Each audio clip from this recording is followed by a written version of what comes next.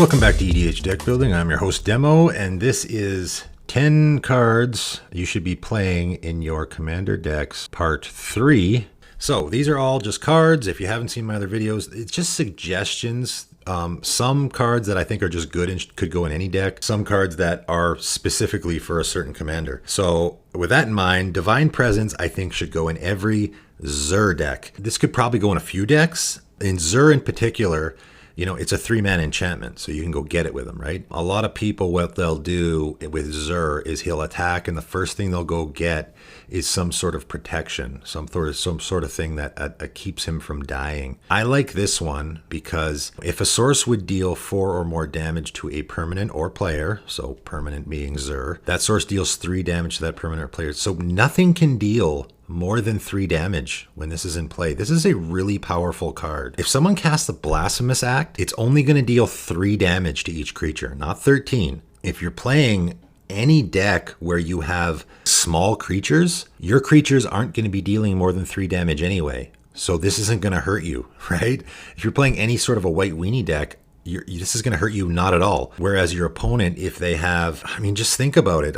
Even beyond a Zur deck, it's great in a Zur deck because Zur has a power of, or a toughness of 4. So he's never going to die from combat damage. He's only going to maximum take 3 damage because it's any source. So if he gets blocked by an Avacyn, he's only going to take 3 damage from that Avacyn and he's going to stay alive. So you can just attack with him all day long and not worry about him dying. But also with Divine Presence in play, my least favorite win con in the entire format, Craterhoof, which I've died to like 20 times. You know, someone casts Craterhoof and all their creatures are 10/10s. All of those creatures can now only deal 3 damage, right? Think about how powerful this effect is in a game like Commander where there's so much damage getting thrown around. You can only take 3 damage maximum from any source. Moving on, Do or Die. Obviously, putting decisions in the hands of your opponent is never fantastic. You know, that being said, everybody plays Fact or Fiction, so I guess that argument's out the window, right? This is only 2 mana. Okay, you're going to separate all of your opponent's creatures, you know, one player, right? Not all your opponents. You're going to take one opponent. So obviously you're going to pick the guy who has a bunch of creatures in play. You're going to separate them. You're going to make the piles and then they get to pick which ones die and which ones stay alive, right?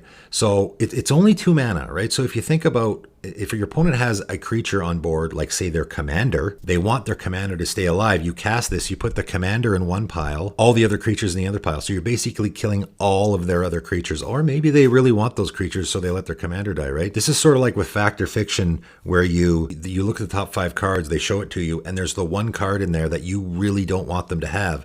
So you split it 1 and 4 so that they only get that one card and they have to chuck the other 4 in the trash. Or maybe they want the value, so they take the 4 and the card that they really want, or the card that you really don't want them to have, goes in the graveyard, right? Do or Die can be the same thing, really. Just think about Avenger of Zendikar, really popular card in the format. Avenger of Zendikar comes down, makes 10 plant tokens. It's your turn, you cast Do or Die. You pick the Avenger of Zendikar for one pile and all of the tokens for the other pile. What are they going to pick? If they pick to keep the Avenger of Zendikar, then they have a 5/5 that does nothing. If they keep the tokens, then they just have a bunch of tokens that are either 0/1s or maybe 1/2s, right? Tokens can't get any bigger because the Avenger of Zendikar is not around anymore, right?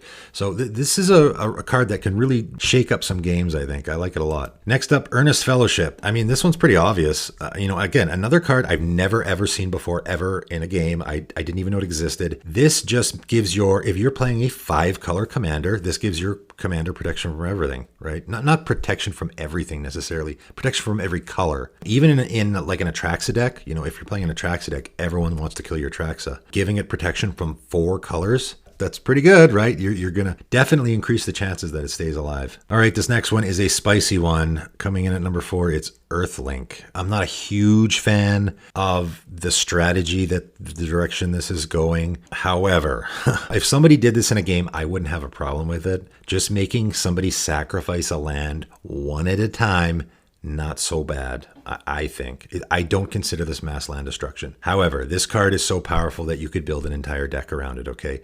You can put Earthlink in play. You know, it has an upkeep, which I like, by the way. I won't get into it, but I like when cards have upkeeps. Powerful cards should have upkeeps. Really a fundamental part of the game. Anyway, Whenever a creature dies, that creature's controller sacrifices a land. This card just got way more powerful with the dies trigger. Rules changed last year, okay? There's a bunch of cards, Skull, Clamp, Grave Pact, that got way better because now commanders actually die before they go to the command zone. This is another card that got way better because you can literally build an entire deck around this card. You would just put 0 creatures in your deck and then you just have tons of removal. And every single time your opponent plays a creature, you just kill it. In Jund, I don't think that should be a problem, right? I know it's a strategy that is kind of a bummer and it sucks. I'm just throwing it out there. I'm not going to build that deck, but someone can give it a try. All right, moving on. Number 5, Earth Shaker Giant. So I'm mentioning this card for a couple reasons. It's essentially like a sort of another Craterhoof Behemoth effect. But I'm also mentioning it because probably a lot of people don't know this card exists. This is from Game Night 2019, and they reprinted a bunch of cards in that set. And I think there is maybe 5 cards, one of each color, new cards that are great in multiplayer that I think nobody knows exists. And I will eventually cover, there's a few that aren't great and there's a few that are really great. And this one's pretty good. So I'm basically just throwing it out there that this set exists because I don't think a lot of people know this set exists. I don't exactly know what it is. It's Game Night 2019. It was just, like I said, it was, I think, 1 card of each color, and then they reprinted a bunch of stuff. All right, moving on. Eladamri, Lord of Leaves. Yeah, and a very old card, and a card that should be getting played a lot more, not as a commander. I mean, you can play this as a commander if you want. If you want to go Elf Tribal or Elf Ball, there's way better options than this, so I wouldn't go that route. It's better in the 99. If your commander is an elf, okay? By the way, it's been errated. Other elves you control have Forest Walk. Other elves have Shroud. So he doesn't give himself Shroud, obviously. The important part here is, there are now 50 elf commanders. Just the commanders. There are 50 of them. And this is giving all of those Shroud. And yeah, Shroud can be tricky at times because then you can enchant. So if you're doing that, if you're going to be equipping and enchanting, maybe that's not great. In a Tana deck, I've made a couple of Tana decks. This is an auto-include in a Tana deck. You're giving it Shroud and it's on like Forest Walk. Hello, is green popular in EDH? It's the most popular color now, for sure. Edric Spymaster Trest. It's perfect in this deck. You want him to stay alive. You're not going to be pumping him up or anything. He's just going to sit there, or he can attack and, he's going to be unblockable. Perfect in an Edric deck. I'm surprised it doesn't get put in there. Moving on, Elephant Grass. This is another card that I don't know how popular it is.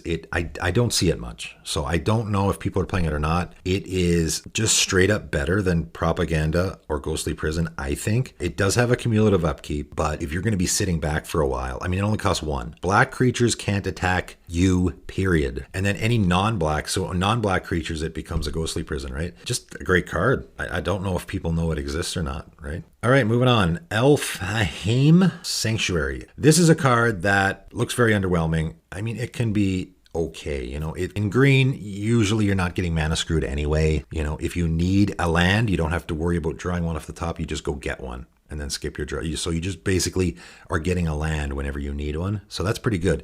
However, I'm bringing up this card because specifically it is, I think, perfect in a Damia Sage of Stone deck. In a Damia deck, this is perfect because you're skipping your draw step anyway, right? So there's 0 downside to this card. So what happens is you stack it. And when I had a Damia deck and I put this in here, what you do is you stack it so that Elfheim Sanctuary goes on the stack first and then Damia. And what happens is you say you're empty-handed, you draw 7 cards. And then the Elfheim Sanctuary will trigger and you'll go get the land out of your deck and put that in your hand also, because you'll end up having 8 cards in your hand. Embargo. I think this is an auto-include in any enchantment tribal deck. Enchantments don't tap. So this just seems fantastic. And I know people will be like, oh, it stacks. I mean, it's not really. It's non-land. So everyone still gets to untap their lands. I don't think everyone is going to lose their minds if they can still, as long as they can tap their land or use their lands, I think people will be okay with that. But this just taps down all their creatures, keeps them tapped, and artifacts. So all the mana rocks. And if you're playing enchantment tribal, you probably aren't playing any mana rocks. Or not very many. So this really isn't going to hurt you at all. And bringing up the rear at number 10, Energy Tap, a really old card. You know, I have this in my Abishon deck because I want to be tapping my creatures, so it's good for that. But this is just, you know, if you're looking for a dark ritual or a high tide type of effect where you just need a mana boost, you know, a seething song type of effect, this is great. 1 mana, and you just tap your creature and you get all this colorless mana. You just think about the amount of mana you can get out of this. I mean, the tap, again, in my deck, I want to also be tapping my creatures, so it's a double bonus for me. I mean, I just think it's a great one shot if you're looking for that mana boost that a lot of decks are looking for. You know, even you just have your commander. Say your commander's a 6-drop in blue, you know, Muldrotha, right? You got a Muldrotha, you tap your Muldrotha for 1 mana, you get 6 colorless mana. Seems pretty good. So that's it. That is 10 more cards that you should be putting in your commander decks. Thanks for tuning in.